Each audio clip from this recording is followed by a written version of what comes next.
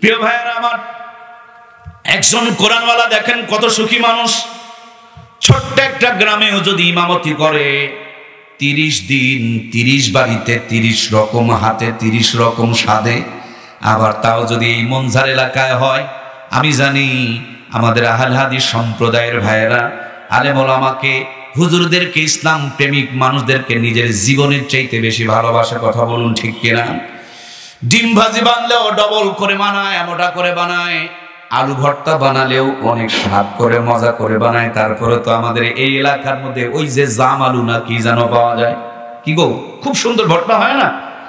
মাশাআল্লাহ আমার প্রিয় ভাইয়েরা, আর যদি হাট বার হয় দেখবেন বেগম সাহেবা ঘুম থেকে উঠায় হাতের মধ্যে টাকা ধরায় একটা দিয়ে আপনারা বলবেন বাজারে যাও, জলদি করে যাও, আগে ভাগে যাও। সামনে আগে ভাগে না গেলে ভালো বাজারও পাওয়া যাবে না। আজকে আগামী আমাদের বাড়িতে ইমাম সাহেবের খাবারের পালি, উনি লিস্ট করে দিয়েছেন 25টা, আল্লাহর বান্দা বাজার করেছেন 35টা। বেগম সাহেবা যত্ন করে রান্না করেছেন। হুজুর চিন্তা করছেন আমি যদি বাড়িতে গিয়ে খাই তাহলে তো বউটা পাতিল নিয়ে লড়র বড়র করবে, তার জন্য টিফিন বক্স পাঠায় দেয়। এক বাটির মধ্যে 4-5 আইটেমের তরকারি ঢুকায় দেয়, সবগুলো খরচ মরত হয়ে যায়। এবার জয়পুরহাটে গিয়া বলছে ভাই বড় কি কোনো টিফিন বক্স নাই? দোকানদার বলেন 12 তলা 14 তলা পর্যন্ত পাওয়া যায়। ইমাম সাহেব বলেন আমার মুসল্লিরা বড় ভালো, সবচাইতে বড় টিফিন বক্সটা আমাকে বরাদ্দ করে দিতে পারেন। উনি 12 তলা টিফিন বক্স নিয়ে হাজির। আল্লাহর বান্দি 14 আইটেম রান্না করে অপেক্ষায়, এখনো পর্যন্ত 2 আইটেম বাকি। প্লাস্টিকের বাটিতে করে সাজায় দেয়। একজনের খাবার 3 থেকে 4 জন পর্যন্ত খায়, কোনোদিন শেষ হয় না। বাজারে যাওয়া লাগে না, টাকা খরচ করা লাগে না, কষ্ট করা লাগে না। কোরআনের সাথে, কোরআনের পথে, কোরআনের জন্য যারা নিজেকে উৎসর্গ করে দিয়েছেন, এই কোরআনওয়ালাদের আজ পর্যন্ত রাজকীয় খাবারের ব্যবস্থা করে রেখেছেন কে? খেলে খুশি হয়, না খেলে আবার মানুষ নারাজ হয়, মনে করে হুজুর খেলো না কেন, না জানি খাবারের স্বাদ কম হলো কিনা। এই খাবারের কথাও শুনে আবার দেখবেন হারামখোরগুলো হিংসা করবে, হুজুরা খালি খাই খাই করে। আরে খাই খাই আমরা করি না ভাই, তোমরা খাই খাই করো, তার জন্য তোমরা রড খাও, টিন খাও, সিমেন্ট খাও, রাস্তার খোয়া বালি ইট পাথর সব বসাও, সরকারি টয়লেট আর বাথরুম এটারও পর্যন্ত কোনো ছাড়। 3-4 জন বললেন ছাড় নাই, বাকিরা কি আপনারাও খান নাকি? কি ওরা ছাড় দেয় নাকি? টয়লেট বাথরুম পায়খানার কোনো ছাড় আছে বাংলার জমিনে? এটারও পর্যন্ত ছাড় নাই। আল্লাহ তাআলা আমার খাইখোর ভাইগুলোকে ইসলাম প্রিয় হওয়ার তৌফিক দিয়ে দিক, বলুন আমিন। আমার প্রাণপ্রিয় ভাইয়েরা, বিশ্বাস যদি না হয়, জয়পুরহাট জেলার যত বড় বড় সুদখোর, ঘুষখোর, জুয়াজোর, বাটপার, সিটার, মদখোর, তাসখোর, ফেন্সিখোর, গাঁজাখোর, এক কথায় পাক্কা পাক্কা হারামখোরগুলোকে দাওয়াত দিয়ে এক লাইনে বসান। ইমাম, মুয়াজ্জিন, মুফতি সাহেব, হাফেজ সাহেব, মুহাদ্দিস সাহেব, খতিব সাহেব, এগুলোকে দাওয়াত দিয়ে আর এক লাইনে বসান। ওয়াজ তো শুনছেন, আজকে ওয়াজ না, আজকে বাস্তবতা। এখন আলু ভর্তা দিয়ে হোক আর ঘাঁটি দিয়ে হোক আর স্যাম্পল পোলা হোক, কলার পাতা হোক আর প্লেটে হোক, বাস 2 লাইনে পরিবেশন করেন। ওরা হাফ প্লেট নিয়ে নাড়াচাড়া করবে, এরা চোখের পলকে 3 প্লেট তুলবে। সুবহানাল্লাহ কয় না? বলুন না সুবহানাল্লাহ। হয়নি? আরো বলেন সুবহানাল্লাহ। আমি কি এটা বানিয়ে বললাম? ইমাম সাহেবের সমান ওই ঘুষখোরেরা খাওয়া পারবে? খাওয়ার ওঠার পর হুজুরের যদি কোন হুজুর আম্মা তো সুন্দর করে পায়েস বানাইছিল, আবার হাফ কেজি তুলবে। সুবহানাল্লাহ কয় না গো? হাফ কেজি তুলবে না? আরে হুজুর তো ভাই ডায়াবেটিস নাই, সেই বসান, আবার হাফ কেজি তুলছে। খাওয়ার পর এশার নামাজ পড়ে হেঁটে হেঁটে বাড়িতে যায়, দরুদ শরীফ পড়ে, কোনো ডায়াবেটিস প্রেশার কিচ্ছু নাই। বাড়ি যায় আবার স্বামী স্ত্রী 2 জন এক প্লেটে খেতে বসেছে, চোখের পলকে 2 জন মিলে বসে আবারও 3 পোয়া তুলছে। আর হারাম করে খবর নিয়ে দেখেন প্রিয় ভাইয়েরা আমার, এরা হাফ প্লেট নিয়ে নাড়াচাড়া করবে, যদিও শরম সংকোচ অথবা ক্ষুধার যন্ত্রণায় খাবে, পেটে ঢুকতে চাইবে না, ঠেলে ঠেলে ঢুকাবে। পেটে ঢুকতেই যুদ্ধ লেগে যাবে, তখন গ্যাসের বড়িরে এবার সার্জেল ঢুকাবে। বাড়িতে যাওয়ার পর বিল্ডিং আছে কিন্তু বাড়ির মধ্যে কোরআন সুন্নাহর আদর্শ নাই। বউটা কটকটির সিরিয়াল দেখে, মুখের মধ্যে আগরবাতি টানতে টানতে বাড়িতে যায়, নবীর সুন্নতের সাথে কোনো সাক্ষাৎ নাই। গেটে গিয়ে কলিং বেলে চাপ দেয়, কাজের মেয়ে গেট খুলে দেয়, কাপড় চোপড় খুলে থুইয়া খাবার প্লেটে গিয়েছেন। খাবার প্লেটে গিয়া খাবার পেটে ঢুকতে চায় না, কারণ স্বামী আর স্ত্রীর মধ্যে সাপ আর বিজির সম্পর্ক, যুদ্ধ চলতেছে, গুতাগুতি চলতেছে, ক্ষুধার যন্ত্রণা। কাজের মেয়ে রুটি বানায় রাখছে, যে হাত দিয়ে নাক পরিষ্কার করে সেই হাত দিয়েই রুটি বানায় রাখছে, ঠেলে ঠেলে পেটের মধ্যে ঢুকায়। পেটে ঢুকতেই গন্ডগোল শুরু হয়ে যায়। রাতের বেলা ঘুমাতে যায়, ঘরের মধ্যে ডেকোরেশন করেছে 90 লক্ষ টাকা দিয়া, কিন্তু ঘরে বউ নাই। স্বামী এক ঘরে, বউ আর এক ঘরে, দুইজনে আবার দামি দামি আইফোন ব্যবহার করে, ওয়াইফাই নেটওয়ার্ক ব্যবহার করে, কিরিং কিরিং করে মেসেজ আসে, কিন্তু মেসেজটা স্বামীর জন্য আসে না, বিবির জন্য আসে না, পরক্রিয়ার মেসেজ আসে। কইতেও পারে না, সইতেও পারে না। রাতের বেলা টেনশন করে করে স্টক করে বর্তমানে বিছানায় পড়ে থাকে। কথা বলুন ঠিক কিনা?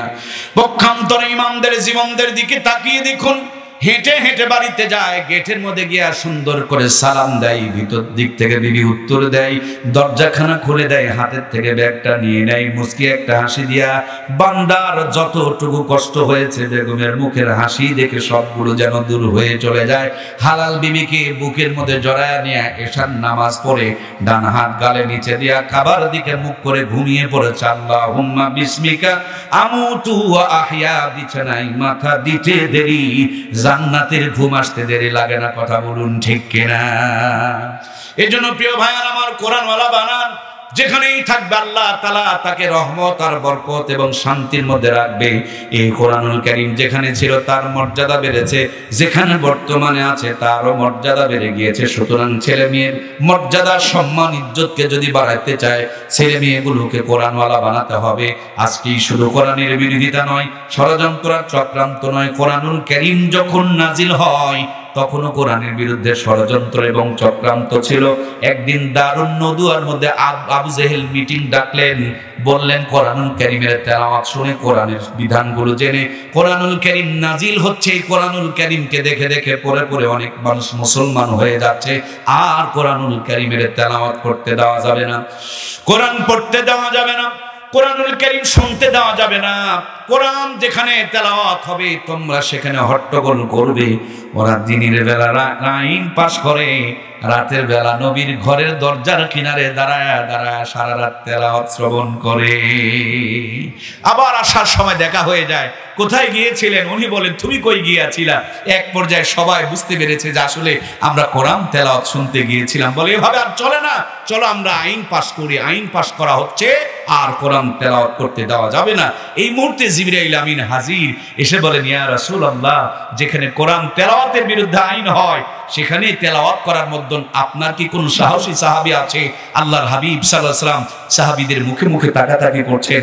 এক যুবক সাহাবী হযরত আব্দুল্লাহ ইবনে মাসউদ রাদিয়াল্লাহু তাআলা আনহু উঠে দাঁড়িয়ে গেলেন আর বললেন লাব্বাইকা সাদাইকা ইয়া রাসূলুল্লাহ ইয়া হাবিবাল্লাহ সাল্লাল্লাহু আলাইহি ওয়াসাল্লাম, আপনি অনুমতি দিলে আমি কোরআন থেকে তেলাওয়াত করে শোনাইতে পারবো। সুবহানাল্লাহ বলেন।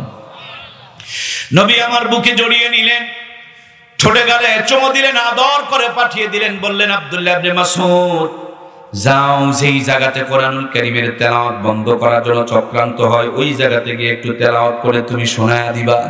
হযরত আব্দুল্লাহ ইবনে মাসউদ বীর বিক্রমে ভিতরে ঢুকে পড়লেন।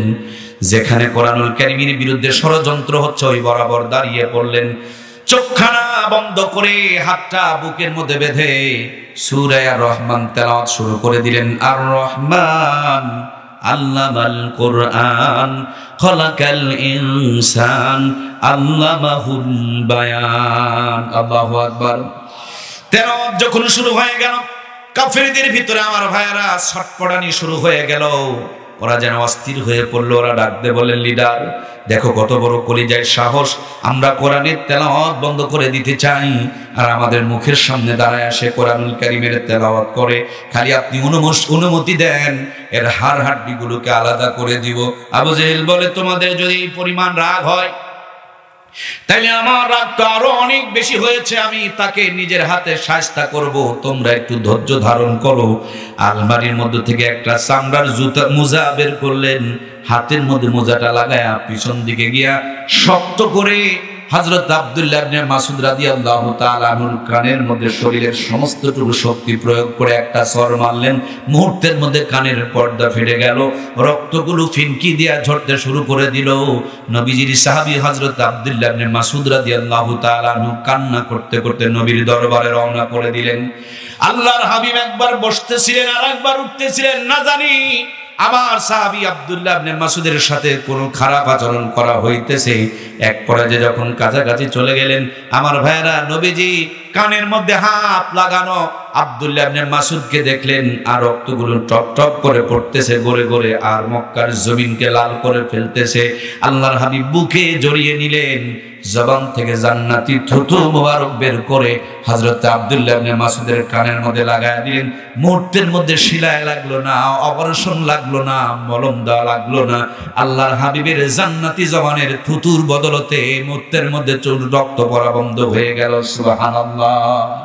নবীজি হযরত সাহাবী আব্দুল্লাহ ইবনে মাসউদকে বুকে জড়িয়ে নিয়ে আছেন, দুইজনেই কান্না করছে, কান্নার ফিক থামে নাই। এমন মুহূর্তে জিবরাইল আমিন হাজির হয়ে গিয়েছে। পাশে দাঁড়ায় দাঁড়ায় সুন্দর করে একটু হাসি দিতেছে, মুস্কি হাসি দিতেছে। আল্লাহর হাবিব ডাকতে বলে, জিবরিল আমি কাঁদি, আমার সাহাবী কাঁদে, আর তুমি পাশে দাঁড়ায় দাঁড়ায় হাসতেছো, তুমি কি এত কঠিন হয়ে গেলা, কঠোর হয়ে গেলা, কেন তুমি হাসাহাসি করতেছো? হযরতে জিবরিল বলে, নবী গো, এই কান শুধু কান নয়, আরো কান আছে। এই কানের বদলতে আর একজনের কানের বরাদ্দ হয়েছে। এটার বরাদ্দ হয়েছে মক্কায়, আর ওইটার বরাদ্দ হয়েছে মদিনায়। আজকের উত্তর দেওয়া হবে না। যেদিন আপনি হিজরত করে মদিনায় যাবেন, সেদিন এটা প্র্যাকটিক্যাল আপনাকে দেখায় দেওয়া হবে। সুবহানাল্লাহ। আপনারা কি সেই পর্যন্ত আমাকে একটু সময় দেবেন তো ইনশাআল্লাহ? কি হয়েছে কানে কানে? এই কান ফেটেছে, সাহাবী কাঁদছে, নবী কাঁদতেছে, কিন্তু জিবরিল পাশে দাঁড়ায় দাঁড়ায় হাসতেছে, বলছে, নবী এই কান শুধু কান নয়, আরো কান আছে। এর সাথে ওই কানের বরাদ্দ হয়েছে, এটা বরাদ্দ হয়েছে মক্কায়, আর ওটার বরাদ্দ হয়েছে মদিনায়। আপনাকে বলা হবে না, প্র্যাকটিক্যালি মদিনাতে যাওয়ার পর দেখিয়ে দেওয়া হবে। আমার প্রিয় ভাইয়েরা, সংক্ষিপ্ত করে মূল জায়গায় যেতে চায়। নবীজি অত্যাচারে অধিষ্ঠিত হয়ে আল্লাহর হুকুমে মক্কা থেকে মদিনায় হিজরত করলেন। মদিনায় যাওয়ার পর ছোট্ট ছোট্ট সাহাবায়ে কেরামের বাচ্চাগুলো মদিনা থেকে বের হয়ে যে জায়গাতে এখন একটা উঁচু মিনার আছে, গেট আছে, যেদিক দিয়ে নবীজি মদিনায় তাশরীফ নিয়ে এসেছিলেন, জায়গাটা একটু উঁচু ছিল। বাচ্চাগুলো ওই জায়গাতে দাঁড়ায় দাঁড়ায় কি সুন্দর করে তারা সঙ্গীত পড়ছে, তালাল বাদরু আলাইনা ওয়াজাবা শুকরু আলাইনা মিন সানিয়াতিল বিদা। এভাবে সুন্দর করে করে তারা সঙ্গীত পড়ছে। আল্লাহর হাবিব দেখতেছে, বাচ্চাগুলো মাথা উঁচু করে উটের দিকে তাকিয়ে আছে। এদের দেখতে কষ্ট হচ্ছে। আল্লাহর হাবিব উটের পিঠ থেকে জমিনে লাফিয়ে পড়ে গেলেন। সুবহানাল্লাহ বলেন। সাহাবায়ে কেরামের কাছে বেড়ে গেল, ছোট্ট ছোট্ট বাচ্চাগুলো নবীজিকে জড়িয়ে ধরলো। আল্লাহর হাবিব তাদের মাথার উপরে হাত বুলাইতে শুরু করলেন। অস্ত্র সজল হয়ে গেল, চোখের কোনা দিয়া পানিগুলো গড়তে শুরু করে দিল। আল্লাহর হাবিব ডাকতে বলেন, ও মদিনার ছেলেরা, আমার ভাইয়েরা, আমাকে পাথর মেরে রক্তাক্ত করেছে, আর তোমরা আমাকে রিসিভ করার জন্য খানা পিনা ভুলে গিয়ে মদিনার থেকে বের হয়ে সেইভাবে অপেক্ষা করছো। তোমরা কি সারা জীবন আমাকে এইভাবে দেখে রাখবে? আমাকে কি তোমরা এইভাবে ভালোবাসবে? মদিনার সাহাবীরা সেদিন উত্তর দিয়েছিল, আল্লাহর হাবিব গো, আজকেই শুধু নয়, আমরণ আপনার সাথে আছি, আপনাকে এভাবেই আমরা ভালোবেসে যাব। সুবহানাল্লাহ। একজন ছোট্ট বাচ্চা তিনি দাঁড়িয়ে বলে, নবী গো, আমরা শুধু আপনাকে ভালোবাসবো তা নয়, আপনি কি আমাদের কথা দিবেন? আপনিও কি আমাদের ভালোবাসবেন? বলে, জি, আমিও আপনাদেরকে ভালোবাসবো। আল্লাহর হাবিব বলেন, তোমরা কি কোনোদিন আমাদেরকে ছেড়ে যাবে না? ছোট্ট বাচ্চারা বলে, না, কোনোদিন আপনাকে ছেড়ে যাব না। আরো একজন বাচ্চা উঠে দাঁড়ায় বলে, নবী গো, আমরা তো যাব না, আপনি কথা দেন, আপনিও যেন আমাদেরকে ফেলে কোনোদিন মদিনা ছেড়ে যায়েন না। সুবহানাল্লাহ বলেন। আল্লাহর হাবিবের কাছে দুইজন সাহাবী জিজ্ঞেস করলেন, ওগো নবী, আপনার প্রতি ব্যাপক পরিমাণ জুলুম, অত্যাচার, নির্যাতন হয়েছে, সবচেয়ে বেশি কে আপনার প্রতি জুলুম করেছে? আল্লাহর হাবিব বলেন, আবু জেহেল আমার প্রতি সবচেয়ে বেশি জুলুম করেছে। ছোট্ট দুইটা ভাই হাতে হাত দিয়ে তারা প্রতিজ্ঞা করলেন, আমার নবীর কষ্টের বদলা যতক্ষণ পর্যন্ত না নিতে পারবো ততক্ষণ পর্যন্ত আমরা ক্ষান্ত হব না, আমরা দম নিব না। মদিনাতে যুদ্ধের জন্য ঢঙ্কার বেজে গেল, এলান হয়ে গেল। আল্লাহর হাবিব মাপকাঠি দাঁড়িয়ে তার টাঙায় দিলেন। সমস্ত সাহাবায়ে কেরাম রাদিয়াল্লাহু তাআলা আনহুরা মাপকাঠি নিচে দাঁড়াইতে শুরু করলেন। ওই ছোট্ট দুইজন সাহাবী মুআয আর মুআব্বিস চলে আসলেন, কিন্তু মাপকাঠির নিচে দাঁড়া হচ্ছে না। বড় ভাইটা একটু লম্বা ছিল, পায়ের বৃদ্ধাঙ্গুলের উপরে ভর করে মাপকাঠিতে কোনো মতন মাথা লেগেছে, তার ডান পাশে দিকটাকে সিলেক্ট করা হলো, আর ছোট্ট ভাইটাকে বাম পাশে বাতিল করে দেওয়া হলো। ছোট ভাইয়ের সামনে এসে বলে, নবী গো, আমার ভাইকে আপনি অনুমতি দিয়েছেন আর আমাকে আপনি রিজেক্ট বানিয়ে দিয়েছেন। আপনি কি জানেন আমি আমার ভাইয়ের চাইতে বেশি শক্তিশালী? যদি বিশ্বাস না হয় আমার ভাইয়ের সাথে আপনি কুস্তি লাগায় দিয়ে দেখেন। আল্লাহর হাবিব হাজার কষ্টের মধ্যে যেন একটু সান্ত্বনা খুঁজে পেলেন। দুই ভাইকে বলেন, বলো তোমরা একটু লড়াই করো তো দেখি। ছোট ভাই বড় ভাইকে ইশারা দিয়া বললেন, ভাই গো, তুমি যুদ্ধের ময়দানে যাবা আর তোমার ভাইকে তুমি সাথে নেবে না, এটা হয় না। আমি জানি আমি তোমার সঙ্গে পারবো না, কিন্তু তুমি একটু সুযোগ দাও যাতে করে আমাদের দুই ভাইয়ের অনুমতি হয়ে যায়। বড় ভাই জমিনে শুয়ে পড়লেন, ছোট ভাই বুকের উপরে বসে বললেন, নবী আমার মুস্কি হাসি দেয়া দুইজনকে অনুমোদন দিয়ে দিলেন। আমার ভাইরা বদরের প্রান্তরে রওনা হয়ে গেল। বদরে যাওয়ার পথে দুইটা কূপ পাওয়া যায়। প্রথম একটা কূপ পাওয়া গেল, এই কূপের পানিগুলো অল্প একটু ছিল। কাফেরেরা চিন্তা করলেন এই পথ দিয়ে মুসলমানেরা যাবে, এরা তৃষ্ণার্ত থাকবে, এদের কাছে তেমন কোনো সামানা থাকবে না।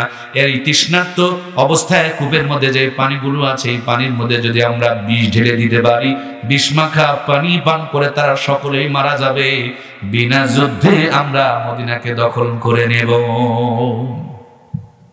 কূপের প্রান্তরে সাহাবায়ে কেরাম রাদিয়াল্লাহু তাআলা আনহু আসলেন। জিবরিল আমিন জানিয়ে দিলেন, নবী গো, এই কূপের মধ্যে কাফেররা বিষ ঢেলে রেখে দিয়েছে। আল্লাহর হাবিব তার জান্নাতি জবান থেকে থুতু মোবারক নিয়ে ওই পানির মধ্যে ফেলে দিলেন। ওই কূপের পানি বীরে শেফার পানি হয়ে গেল। যেই পানি খেলে মানুষ মরে যেত, এখন সেই পানি পান করার কারণে অনেক মানুষ সুস্থ হয়ে যায়, জীবনের সৌন্দর্য খুঁজে পায়, জীবনের সফলতা খুঁজে পায়, জীবনের পেরেশানিগুলো দূর হয়ে যায়। ওই কূপটার নাম হচ্ছে বীরে শেফা। এখনো যদি বদরে যান, যাওয়ার পথে প্রথমে এই কূপটা পাবেন। এরপরে আরো একটা কূপ পাওয়া গেল, সামান্য একটু পানি, কিন্তু এত পরিমাণ লোনা যে লবণাক্তের কারণে পানির কালার গুলো সবুজ হয়ে গিয়েছে। নবীর কাছে এসে বলা হলো, নবী গো, সামান্য পানি কিন্তু এত পরিমাণ লবণাক্ত যে মুখে দেওয়ার মতন কোনো উপায় নাই। আল্লাহর হাবিব জান্নাতি জবান থেকে থুতু মোবারক ফেলে দিলেন, সেখানেও নবীজির থুতু মিশ্রিত রয়েছে। মনে হয় ওই কূপের পানিগুলো বীরে রোহা বলা হয়। ওই কূপের পানির মধ্যে কে যেন মধু মিশায় রেখে দিয়েছে। হাজী সাহেবরা, আমরা যখন ওদিক দিয়ে যাই, পানিগুলো খাওয়া হয়, নেওয়া হয়, চোখ মুখে ব্যবহার করা যায়, কোন লবণাক্ত নেই, এত ফ্রেশ পানি হয় না, এটা পাওয়াই যায় না। প্রান্তীয় ভাইয়েরা বদরের প্রান্তরে চলে গেলেন। আল্লাহর হাবিব একটা তাঁবু টাঙলেন, সেখানে আল্লাহর হাবিব সাহাবায়ে কেরামদেরকে ময়দানে নামায় দিতেছেন। কিছু সাহাবী এমন নিরস্ত্র ছিল, তাদের হাতে দেওয়ার মতন কিছু ছিল না। নবী আমার গাছের থেকে খেজুরের ডাল টেনে নিয়ে সাহাবায়ে কেরামদের হাতের মধ্যে দিয়ে দিয়েছেন। ইসলাম কোনোদিন অস্ত্র শস্ত্র দিয়ে বিজয় করে নাই। ইসলামের বিজয় হয়েছে ঈমানী শক্তি আর আল্লাহর সাহায্যের বিনিময়, ঠিক কিনা? কিচ্ছু নাই, সব আছে ওদের কাছে, এদের কাছে কিছু নাই। সংখ্যা তো 3 ভাগের 1 ভাগ। খালি হাতে ময়দানে যাচ্ছে, নবীজি গাছের থেকে খেজুরের ডাল ধরায় ধরায় হাতের মধ্যে দিচ্ছে। যুদ্ধ শেষে সাহাবায়ে কেরামেরা কারগুজারি করছে, ইয়া রাসূলুল্লাহ, আমি তরবারি দিয়ে আঘাত করব, দেখতেছি কল্লাটা দ্বিখণ্ডিত হয়ে জমিনে পড়ে গেছে। আল্লাহর হাবিব বলছেন, সাহাবীরা, শুধু তোমরা যুদ্ধ করো নাই, তোমাদের সঙ্গে আল্লাহ রহমতের ফেরেশতারাও যুদ্ধ করেছে। সুবহানাল্লাহ বলেন। বদরে যাবেন, সরাসরি আল্লাহর কুদরত গুলো দেখতে পাবেন। চতুর্দিকে খাড়ো খাড়ো কালো কালো পাহাড়, আবার মাঝে মাঝে কখনো কখনো দেখবেন বালুর পাহাড়, ধূসর বালুর পাহাড়। এই পাহাড়গুলোকে বলা হয় জাবালে মালাইকা। এই পাহাড়গুলোতে সরাসরি ফেরেশতা অবতরণ করেছিল। কোরআন শরীফের মধ্যে এসেছে 3000 মতান্তরে 5000 ফেরেশতা দিয়ে বদরের সাহাবীদেরকে আল্লাহ তাআলা সাহায্য করেছেন। তারা আজও দুনিয়াতে আছে, কিয়ামত পর্যন্ত থাকবে। যখন মুসলমান বিপদে পড়বে, আল্লাহ এই ফেরেশতার মাধ্যমে তাদেরকে সাহায্য করবে। সুবহানাল্লাহ বলেন। দেখুন না, দেখুন না, ফিলিস্তিনের জমিনে ওদের কাছে এমন অস্ত্র আছে, এখানে কয়জন মানুষ রাডার দিয়ে তারা দেখতে পাচ্ছে, স্যাটেলাইট দিয়ে দেখতে পাচ্ছে কয়জন মানুষ আমরা বসা।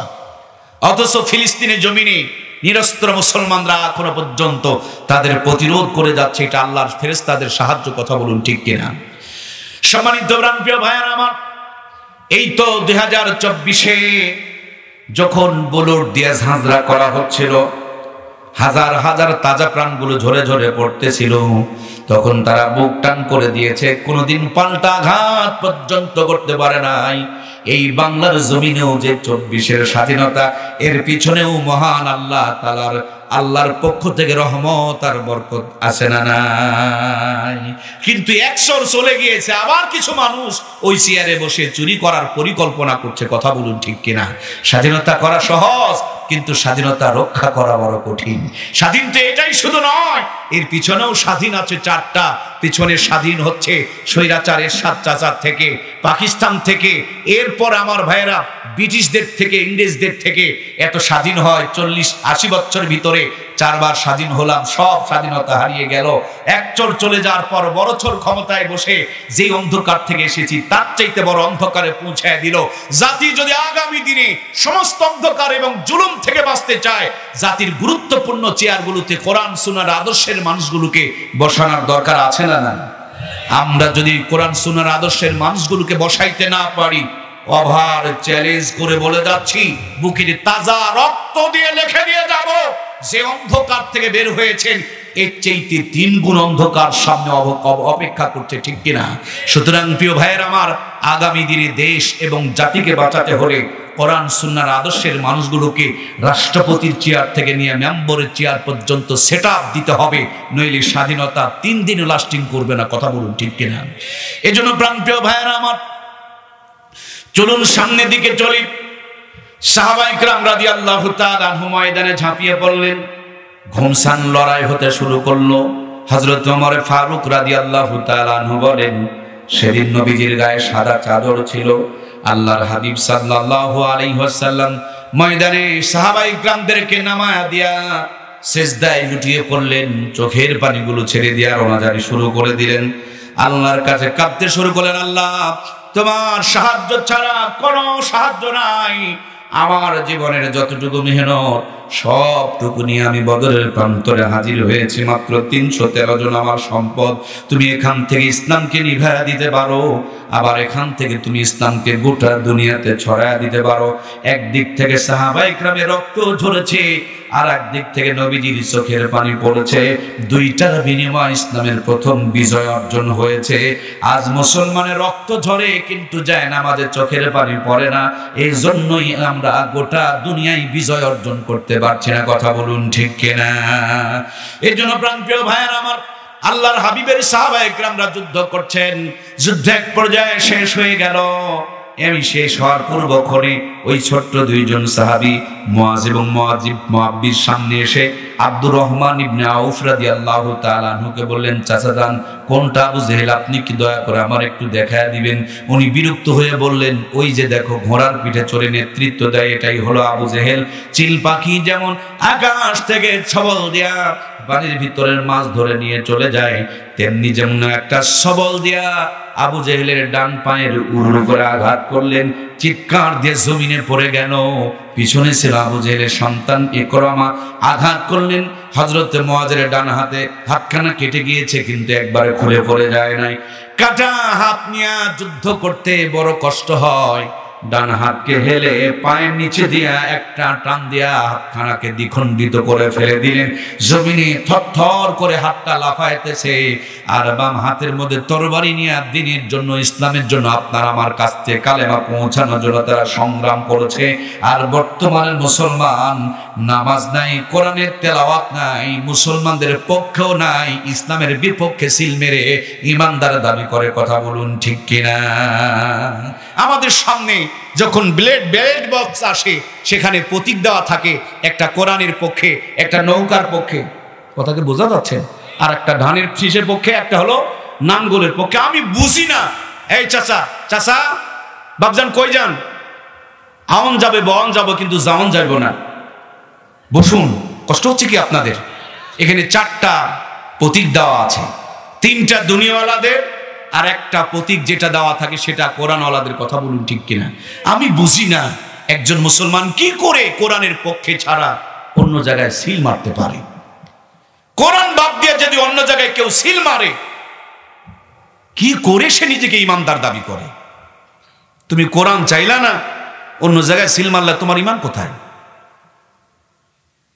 আল্লাহ বলছেন ওমা ইয়াবতাগি গায়রাল ইসলাম দীনান, ইসলাম ছাড়া আমার কাছে কোনো কিছু গ্রেট হবে না। তুমি অন্যটাকে গ্রহণ করলা, আবার মুসলমান দাবি করলা। আমাদেরকে আল্লাহ বানিয়েছেন, আমরা কেমনে ভালো থাকবো সবচেয়ে বেশি জানেন কে? এর জন্য আমাদের জীবন বিধান নাম করলে নাম কোরআন। কিছুদিন পর একজন এসে বলল, না আমার নৌকায় চড়ো, নৌকায় ভালো। জাতি কোরআন বাদ দিয়ে নৌকায় চড়ে পড়লো। কষ্ট নিচ্ছেন নাকি? এই কয়েকজন কষ্ট নিল, কষ্ট নিচ্ছে, কথা বলছে না। আজকে যখন বৈকালবেলা আসতেছিলাম তখন মহিলারা গল্প করতেছে, হুজুরা খালি রাজনীতি, রাজনীতিও কোয়া পায় না, রাজনীতি। এ ভাই কই যাচ্ছেন? ও হ্যাঁ, আঙ্গুল দেখায় যাবেন, এক আঙ্গুল দুই আঙ্গুল, একটা মানুষও নড়া যাবে না। কষ্ট হচ্ছে নাকি? আমার অধিকার আছে আপনাদের উপরে, আপনারও অধিকার আছে আমার উপরে। দয়া করে দু চারটা কথা শোনেন, জীবন পরিবর্তন হয়ে যাবে। আল্লাহ আমাদের পরিবর্তন দান করুন, বলুন আমিন। মায়েরা যাচ্ছেন, করছে হুজুরা খালি এখন রাজনীতি করে। কিরে বাবা, রাজনীতি মানে কি? সুদখোর, ঘুষখোর, দেশ চুরি করে তছনছ বানায়া দিবে, হক কথা বললে রাজনীতি হয়ে যাবে, মানেটা কি? রাজনীতি মানে রাজার নীতি। রাজার রাজা, মহান রাজা, সবচেয়ে বড় রাজা কে? তো আমি তার নীতি করব না তো তোমার নীতি করব নাকি? কষ্ট পেলেন মনে হয়? কার নীতি করব বলুন? আল্লাহ নীতি করব। ওয়াইদ ক্বালা রাব্বুকা লিল মালাইকাতি ইন্নী জাইলুন ফিল আরদি খলিফা। আল্লাহ গোলাম বানায়া তোমাকে আমাক পাঠায় না, আমাকে নেতা, তোমাকে আমাকে নেতা বানায়া দুনিয়াত পাঠাইছে আল্লাহ। কথা বলুন ঠিক কিনা? নেতা তুমি কোরআন বাদ দিয়ে অন্য জায়গায় সাপোর্ট করে নিজেকে ইমামদার দাবি করো, এটা ইমানের মিথ্যা দাবি। কথা বলুন ঠিক কিনা? মদিনায় একজন নামাজ পড়তো, রোজা করতো, হজ করতো, জাকাত দিত, কিন্তু নবীজিকে রাষ্ট্রপতি হিসাবে মেনে নিতে পারত। লোকটার নাম ছিল আব্দুল্লাহ ইবনে উবাই ইবনে সুলুল। সে ছিল মুনাফিকের লিডার। আর মুনাফিকদের জায়গা হলো জাহান্নামের সবচেয়ে নিচে, উপত্যকার জাহান্নামের রক্তপুজ, নিস্তবকায়, নিস্তবকাটা নিস্তবকায়, এ করতে 7 মর্তবার শেষের তবকায় যারা থাকে তারা হলো মুনাফিক। অপরাধ কি? সব মানত, নামাজ, রোজা, হজ, জাকাত সব মানত, কিন্তু লিডার হিসাবে মেনে নিত না। এজন্য সে যদি মক্কার বড় মুনাফিকের লিডার হতে পারে, মনে করেন আমি নামাজ পড়ি, রোজা করি, হজ করি, জাকাত দেই, কিন্তু ইসলামী হুকুমত চাই না, ইসলামী জীবন ব্যবস্থা চাই না, তাহলে এই জামানার কি আমি টাটকা মুনাফিক নয়? কথা বলুন, হয় কি নয়? আমার প্রিয় ভাইয়েরা, তাহলে আমরা কি মুনাফিক হয়ে থাকতে চাই? যতদিন বেঁচে আছি ইসলামী হুকুমত প্রতিষ্ঠিত করার পক্ষে আমরা থাকবো। আল্লাহ আমাদেরকে কবুল করুক, বলুন আমিন। আমরা জানি হযরত ইব্রাহিম যখন আগুনের ভিতরে, তখন মজার দুটি ঘটনা ঘটেছিল। কষ্ট নিচ্ছেন ভাইয়েরা? একটা প্রাণীর নাম হলো ব্যাঙ। সে পানি ছিটায় দেয়, ছিটায় দেয়, ছিটায় দেয়। জিজ্ঞেস করা হলো এমন করো কেন? বলে ইব্রাহিম আলাইহিসসালামকে বাঁচানোর জন্য। ব্যাংকে বলা হলো, ব্যাং রে তোমার এতটুকু পানি দিয়ে তো ইব্রাহিমকে বাঁচানো যাবে না। বলে বাঁচবে কিনা এটা আমার সাবজেক্ট না, আমার যতটুকু ক্ষমতা চেষ্টা করে যাব, এটাই হলো আমার দায়িত্ব আর কর্তব্য। কথা বলুন ঠিক কিনা?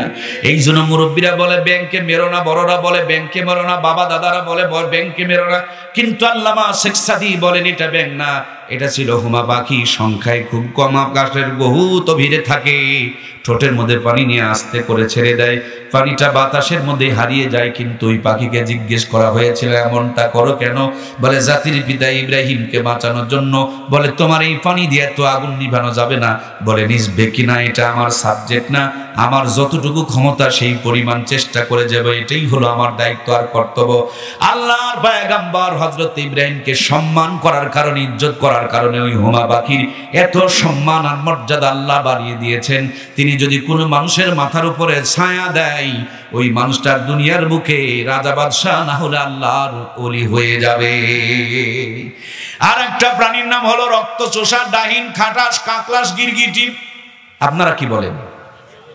নাই চোষা বলে অনেক এলাকায়, কালার চেঞ্জ করে। চিনতে কি পারছেন আপনারা? আমাদের মতন রে ভাই, মসজিদেও যায়, মন্দিরেও যায়। কথা করছেন না কেন রে ভাই? বিড়িও খায়, নামাজও পড়ে, আছে না নাই? নামাজও পড়ে, আবার ভেজালও মিশে, নামাজও পড়ে, সুদও খায়, ঘুষও খায়। হজ করতে যায়, যাওয়ার আগে মেয়ের নামে, ছেলের জমিটা মেয়ের নামে লিখে দিয়ে যায়, আছে না নাই? মানে আমাদের মতন রূপ চেঞ্জ করে খায়। কালার চেঞ্জ করে। এই কাকলাস, ডাহিন, রক্তচোষা, গিরগিটি, খাটাস এ নাকি খড়ি বহন করছিল, মতান্তরে বাতাস দিচ্ছিল, তার খড়ি বহন গিয়ে কিচ্ছু কাম হয় না, একটা পশমও পরে নাই, কিন্তু লানত তার ঘাড়ে চেপে গিয়েছে। অনেকেই বলেন কাকলাস মারলে নাকি আল্লাহ একটা হজের সওয়াব দেয়। এমনি দিনে মারলে তো একটা, শুক্রবারের দিন, জুমার দিনে মারলে হজের সঙ্গে আল্লাহ উমরার সওয়াব বোনাস আকারে দান করে দেয়। প্রাণপ্রিয় ভাইয়েরা আমার, মূল মেসেজটা হলো আপনার আমার চেষ্টার দ্বারা ইসলামী হুকুমত প্রতিষ্ঠিত হবে কিনা এটা আপনার আমার দায়িত্ব না, কিন্তু চেষ্টা করে যেতে হবে, এটাই দায়িত্ব। কথা বলুন ঠিক কিনা? আমরা সমর্থন করে যাব সফলতা দেনেওয়ালাকে। আমার দরদের ভাইয়েরা, যুদ্ধ চলছে, শেষ পর্যায়ে চলে এসেছে। মরা কিছু লাশের ভিতরে আবু জেহেল তার মাথাখানা ঢুকাইয়া দিয়েছে, কিন্তু মৃত্যুর পূর্বে একটা গংরানি গ্যাঙ্গানি শুরু হয়। ওই গংরানি শুরু হয়ে গিয়েছে, পা খালি ঝাপটাই আর গংরানি তুলেছে, মুখ দিয়ে ফেনা বের হচ্ছে। ওই পথে হযরত আব্দুল্লাহ ইবনে মাসউদ রাদিয়াল্লাহু তাআলা আনহু যাচ্ছে, তাকায় দেখে কে যেন পা ঝাপটাই আর গংরানির শব্দ পাওয়া যায়। কাছে গিয়া পা ধরে টান মেরেছে, এবার লাশের ভিতর থেকে মাথাটা বের হয়ে এসেছে।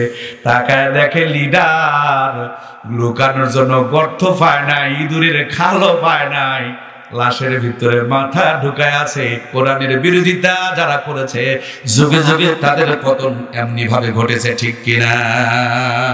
আজও বাংলার জমিন থেকে কোরআনকে যারা ব্যান্ড করে দিতে চেয়েছিল, তারা এখন ব্র্যান্ড হয়ে গিয়েছে। কথা বলুন ঠিক কিনা? যারা চেয়েছিল কোরআনুল কারীমকে উৎখাত করতে, তারা অটো উৎখাত হয়ে গিয়েছে। যাদের ভয়ে আলেম ওলামা বাড়িতে ঘুমাতে পারে নাই ধানের জমিনে, কথা বলছেন না কেন? এত তাড়াতাড়ি ভুলে গেলে হবে না। নামাজ পড়েছে ইমামের পিছনে, আবার দোকানে গিয়া ষড়যন্ত্র করে মামলাও ঠুকেছে। কথা বলেন না কেন? আমার প্রিয় ভাইয়েরা, আলেমদের চাইতে খারাপ মানুষ দুনিয়াতে একজনকেও তারা বানায় নাই। ধর্ষণকারী 100 মেয়েকে ধর্ষণ করে মিষ্টি খেয়েছে, তাদের মাথায় হাত দিয়ে বলে, বাবু এগুলো করতে হয় না, এই সোনার ছেলেরা দুষ্টামি করতে নেই। আর কোরআনের পাখির নামে ধর্ষণের মামলার রায় দিয়া ফাঁসি ঘোষণা হয়েছে, ঠিক কিনা? সম্মানিত প্রাণপ্রিয় ভাইয়েরা আমার, এ হলো টাটকা ইতিহাস, চিন্তা ইতিহাস, এ হলো বাস্তবতার ইতিহাস। সুতরাং কোরআনুল কারীমের বিরোধিতা করা যাবে? আমি কি কারো নাম বলেছি নাকি? এ কথায় যদি কারো আঘাত লাগে, বুঝতে হবে এটা আবু জেহেলের উত্তরসূরি, ঠিক কিনা? আমি ওই আবু জেহেল থেকে নিয়ে এই আবু জেহেল পর্যন্ত যারা কোরআনের বিরোধিতা করে, তাদের বিরুদ্ধে কথা বলছি। সুতরাং এটা বলতে হবে, এটা আপনার ইমানের দায়িত্ব। কথা বলুন ঠিক কিনা? সম্মানিত প্রিয় ভাইয়েরা আমার, আল্লাহর হাবিব সাল্লাল্লাহু আলাইহি ওয়াসাল্লাম অপেক্ষায় যুদ্ধের সমাপ্তি ঘটবে, এমন মুহূর্তে হযরত আব্দুল্লাহ ইবনে মাসউদ তাকায় দেখে লিডার মরা লাশের মধ্যে মাথাটা ঢুকিয়ে আছে। মুখের থেকে রক্তগুলো যখন মুছে দিয়েছে, তাকায় দেখে লিডার একবারে বড় বড় চোখ বের করেছে। লিডারকে ডাকতে বলে, লিডার কালেমা পড়ে নাও, সময় ঘনিয়ে এসেছে। লিডার হুমকি দিয়ে বলে, বেটা তুই কি আমারে চেনস? ওই রাখালের বাচ্চা। হযরত আব্দুল্লাহ ইবনে মাসউদের আব্বা ছিলেন রাখাল, এই জন্য তারে বলে, রাখালের বাচ্চা তুই আমাকে শাসন করতেছিস, গর্জাইতেছিস, তুই আমারে কালেমা পড়তে বলতেছিস, মরার ভয়ে আমি কালেমা পড়ব না। হযরত আব্দুল্লাহ ইবনে মাসউদ বলে, লিডার তাইলে মরার আগে কি কোনো শেষ ইচ্ছা কিংবা শেষ স্বপ্ন আছে নাকি? লিডার বলে, আমার একটা স্বপ্ন আছে। রাখালের বাচ্চা রে, তুই যদি আমার কাল্লাটা কেটে ফেলে দিস, তাইলে উপর দিক থেকে কাটিস না, নিচের দিক থেকে সেঁটে ঘিসে একবারে লম্বা করে বড় করে আমার গর্দানটা কাটিস। কিয়ামতের দিন মানুষজন যেন আমার কাল্লাখানা দেখে বুঝতে পারে, বড় গর্দান দেখে বুঝতে পারে এটা কাফেরদের লিডার আবু জেহেলের গর্দলা। তার মানে মরতেছে, তখনও পর্যন্ত পাকামি আর নেতৃত্বে নেতাগিরি করতেছে। কথা বলুন ঠিক কিনা? সম্মানিত প্রিয় ভাইয়েরা আমার, কাল্লাকে দ্বিখণ্ডিত করে ফেললেন, কিন্তু এই গর্দানটা নিয়ে নবীর দরবারে হাজির হবে। নবীকে অনেক অত্যাচার করেছে, মনে একটু শান্তি পাবে, ইসলাম এবং মুসলমানরা একটু নিরাপত্তা পাবে, এই জন্য তার কাল্লাটা নিয়ে যাবে। কিন্তু কোনোভাবেই যেন কাল্লাটা ছাড়তে পারছে না। কোনো বুদ্ধি যখন কাজে আসতেছে না, কোমর থেকে তরবারিটা বের করলেন। তরবারির আগালটা সুসলা ছিল, ধারালো ছিল। ওই তরবারির আগালটা দিয়া কানের মধ্যে এইভাবে একটা করে আস্তে করে কেবল চাপ দিছেন, চাপ দিতে দেরি কে যেন মনে হয় তরবারি ঠেলে নিয়ে পার থেকে ওপার করে দিয়েছে। কানটা দ্বিখণ্ডিত হয়ে গেল। কানের সম্পর্ক কানের সঙ্গে ভুলে গেছেন? কিছুক্ষণ আগে ওয়াজ হলো না ভাই, কান ফাটাইছিল না? এই চাপ দিতে পার থেকে ওফুর হয়ে গিয়েছে। হযরত আব্দুল্লাহ ইবনে মাসউদ কোনো বুদ্ধি পাচ্ছে না, কেমনে নিয়ে যায়।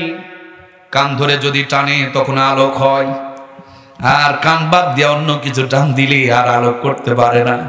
ভাইয়ের আমার, এত বড় কাল্লা, তাও বড় করে কাটছেন, নেতার কাল্লা বলে একখান কথা। কানটা ধরে নিয়ে যেতে পারে না। এক পর্যায়ে কোমরের মধ্যে খেজুরের পাতার দড়ি ছিল, এখনকার ডিজিটাল দড়ি নয়, খেজুরের পাতার দড়ি। দড়িখানা বের করে একদিক দিয়ে ঢুকায় আর একদিক দিয়ে বের করলেন। আস্তে করে একটা গিরা দিয়া, এলাকায় যদি কুকুর মরে যায় কান্নাকাটি করে মানুষ মনে হয় ঘাড়ে করে নিয়ে যায়। কিরে ভাই, নিয়ে যায়, ফেলে দিলে তো দুর্গন্ধ ছড়ায়, এজন্য গলায় একটা দড়ি লাগায়া আস্তে করে তারা সিসরা নিয়ে চলে যায়।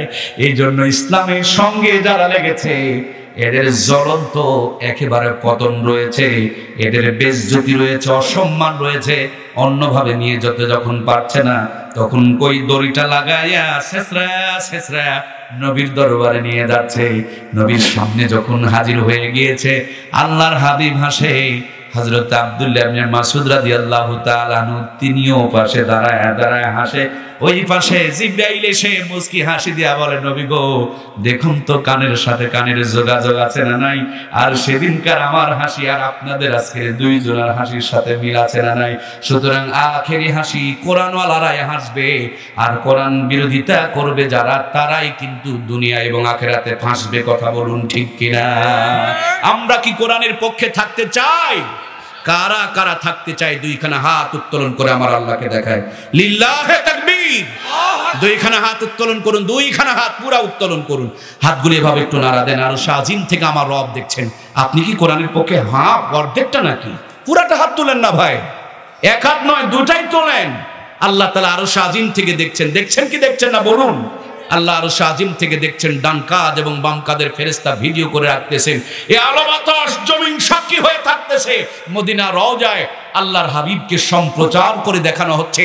আল্লাহর নবী বলেছেন, আল কোরআনু হুজ্জাতুল্লাহ, কোরআন হলো আপনার আমার জন্য দলিল। সুতরাং কিয়ামতের দিনে কোরআনুল কারীম আপনার আমার পক্ষে আল্লাহর কাছে সুপারিশ করবে। আল্লাহ আমাদের সবার জন্য কোরআনের সুপারিশকে নসিব করে দেখ, বলুন আমিন। আর একটু হাতটা নাড়া দেন না। কি সুন্দর জান্নাতের বাগান, কত সুন্দর দেখা যাচ্ছে। আল্লাহ, তুমি আমাদেরকে কোরআনের পক্ষে সারা জীবন থাকার তৌফিক দিয়ে দাও। কোরআনের নূর দিয়ে আমাদের দুনিয়া আখিরাত আলোকিত বানিয়ে দাও। আমাদের ঘরগুলোতে কোরআনুল কারীমের তেলাওয়াত চালু করে দাও। বাংলার জমিনে কোরআনের রাজ কায়েম করে দাও। কোরআনের শাসন দেখে দুনিয়া থেকে যাওয়ার তৌফিক দিয়ে দাও। কোরআনের সৈনিক বানিয়ে নাও। সবার ঘরে ঘরে জগৎ বিখ্যাত কোরআন প্রেমী আল্লাহওয়ালা নিঃসন্তান, আলোকিত সন্তান, সুসন্তান, ইসমাঈল আলাইহিস সালামের মতন ধৈর্যশীল সন্তান, ইমাম হাসান আর হুসেনের মতন কোরআন প্রেমী সন্তান দিয়ে আমাদের ঘরগুলোকে দুনিয়া আখিরাতকে আলোকিত বানিয়ে দাও, বলুন আমিন।